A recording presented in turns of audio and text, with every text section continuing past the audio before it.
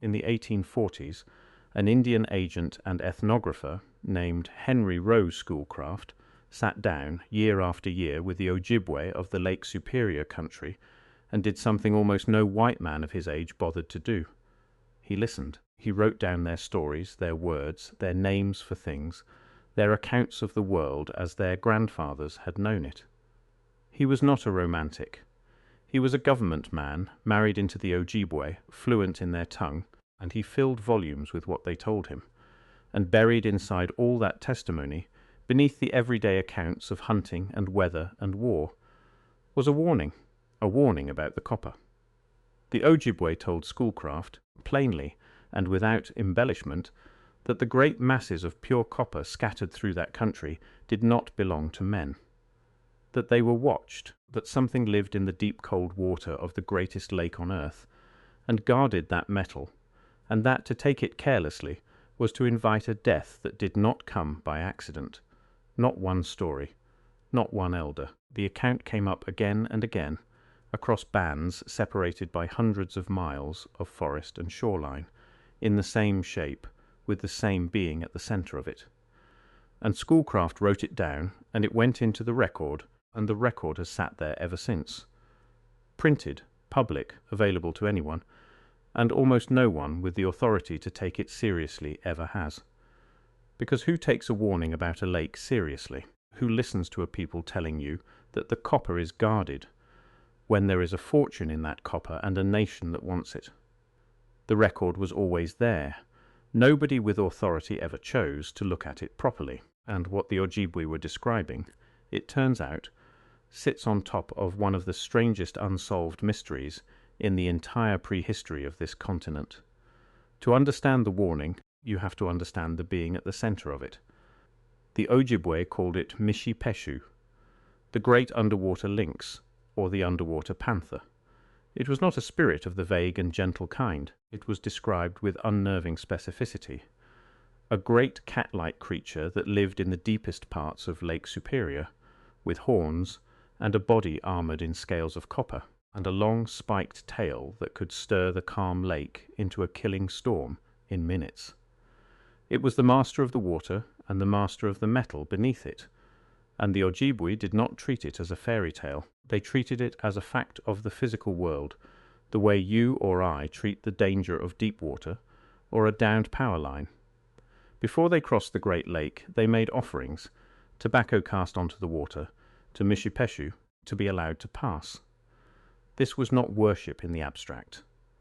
This was the caution of people who believed, on the authority of generations of experience, that the lake could decide to keep you, and you do not have to take only Schoolcraft's word for it, because the Ojibwe left their own record in stone, and it is still there. On the eastern shore of Lake Superior, at a place now called Agawa Rock, there is a sheer cliff face rising straight out of the water, and painted on that rock in red ochre are images that have survived for centuries in one of the harshest climates on earth. And there, among the canoes and the figures, is Mishipeshu, horned, spined, unmistakable, painted by Ojibwe hands directly above the deep water it was said to rule. This is not a story a European wrote down and might have garbled. This is the Ojibwe themselves, marking the rock at the edge of the water, saying, "Here is what lives below, and here is what we must respect." Why would a people paint a warning, in a place that hard to reach, above water that deep, if it were only a tale to frighten children? The rock art is not decoration. It is a sign posted at the boundary, and it has been hiding in plain sight for anyone willing to read it as what it is. Now here is where the Ojibwe warning collides with something the mainstream cannot fully explain, and this is the part that should stop you cold. The Lake Superior region holds a geological freak of nature. Native copper, pure metallic copper, lying in the rock and the soil in masses large and small, some of them enormous. The only place on earth where pure copper occurs on that scale, ready to be worked without smelting, is Setring. And for a very long time everyone assumed the native peoples of the region had barely touched it. Then the surveyors and miners of the 19th century copper rush went into that country, and they found something they were not looking for. they found that they were not the first. Scattered across the Keweenaw Peninsula and, above all, across the remote island of Isle Royale, were thousands upon thousands of ancient mining pits, old workings dug into the rock, following the copper veins, with the stone hammers of the miners still lying where they had been set down. Not a few, tens of thousands of pits. An industrial-scale operation, carried out in the deep past, by people the textbooks had assumed did nothing of the kind, and the dates that came back were staggering. This was not the work of a few centuries before the Europeans. The oldest of these copper workings have been dated back thousands of years, some estimates reaching 6, 7, even more thousand years into the past, making it one of the oldest metalworking traditions anywhere in the world. Think about what that means. While much of the world was still in the deep Stone Age, people on the shores and islands of Lake Superior were running organized large-scale copper mining. They knew where the veins ran. They knew how to break the rock with fire and water and stone, and they did it, on that island, across an astonishing span of time. The archaeologists have a name for it now, the Old Copper Complex, and they will tell you, honestly, that there is a great deal about it they do not understand. And here is the question that hangs over all of it, the question the Ojibwe warning speaks to directly. Where did the copper go? Because when you tally up the ancient pits, the sheer number of them, the volume of rock moved, the size of some of the masses, that were clearly cut free and carried off. You are looking at an enormous quantity of copper extracted from that region over thousands of years. Estimates of the total run into the millions of pounds. And yet, the amount of finished copper objects found across the whole of native North America, from that entire span of time, does not come close to accounting for it. There is a gap, a vast gap between how much copper was mined out of Lake Superior and how much anyone can find. So where did it go?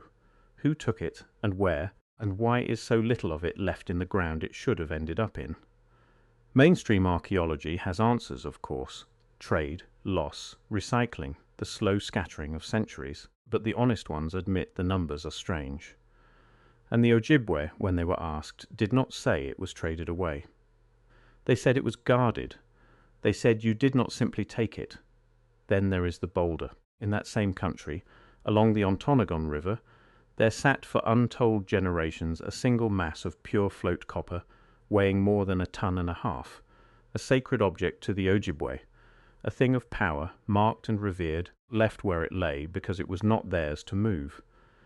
And in 1843, an American businessman named Julius Eldred went into that country and hauled it out, over the protests and the sorrow of the people who held it sacred, and after a tangle of disputes, it ended up seized by the federal government and carried away to the Smithsonian in Washington, where a piece of it sits to this day. Think about the shape of that. A people say, this metal is watched, this mass is sacred, it stays where it is.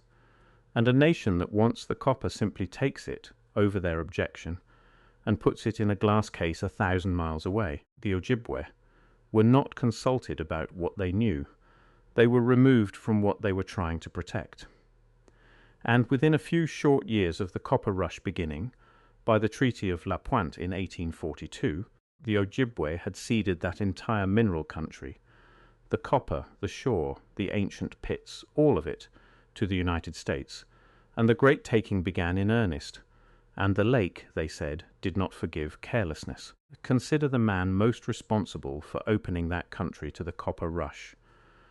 Douglas Houghton, the state geologist of Michigan, the one who surveyed the mineral wealth, and told the nation what lay waiting on those shores. In 1845, Douglas Houghton was out on Lake Superior in a small boat, doing his survey work, when a sudden storm came up off the water, the kind of fast, violent squall the Ojibwe had always warned attended that lake, and it capsized his boat and drowned him.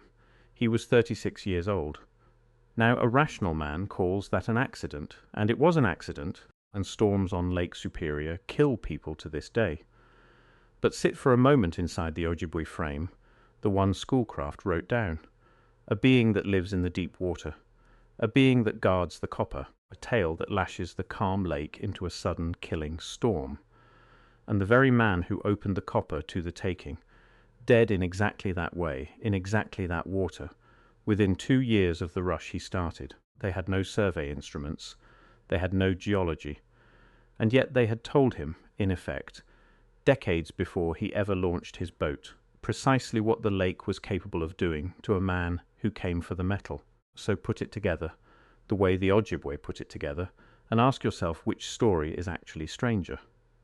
The mainstream tells you there is a huge, ancient, poorly understood mining operation on Lake Superior, that a mysteriously large amount of copper is unaccounted for, that the people who lived there had a detailed tradition about a being that guarded that metal and that punished those who took it wrongly, and that these facts have nothing whatsoever to do with one another. The Ojibwe told a single coherent account. The copper is not free for the taking, it is watched, and the watcher is real. One of these is a pile of unrelated coincidences that the experts would rather not look at too closely. The other is a warning, delivered plainly, by the only people who had actually lived on that water for thousands of years. A warning that was written down and filed, and never truly investigated by anyone with the power to test it. The cemetery itself is old, and the institutions that could have taken the Ojibwe account seriously as evidence, that could have asked what a people who mined that copper for millennia actually knew about it, did not decline because they investigated and found nothing. They declined because they never thought a warning about a lake was worth investigating at all. What lived in that water? What did those ancient miners believe they were dealing with, that made them leave offerings before they crossed, and mark the rock with its image, and speak of the copper as a thing that belonged to something else? Where did the missing millions of pounds of Lake Superior copper actually go? And if the mainstream cannot fully answer that after 2 centuries of study, why are we so certain the people who were there for 6,000 years had nothing to teach us? The Ojibwe did not claim it was a god, or a ghost, or a wonder. They said it was real, and it was in the water, and it guarded the metal, and it should be respected. And a nation that wanted the copper took the copper, drowned in its lakes, carried off its sacred stone, and never once sat still long enough to ask the people who had lived there the length of all recorded history what exactly they had been trying to say. They spent generations trying to tell us, and we did not listen. Maybe it's time we did. If this record moved something in you, share it with one person. Just one. The real history of this land is missing chapters, and the only way they get written is if enough of us refuse to stop asking. I'll see you in the next record. Until then, keep listening to what the elders tried to tell us.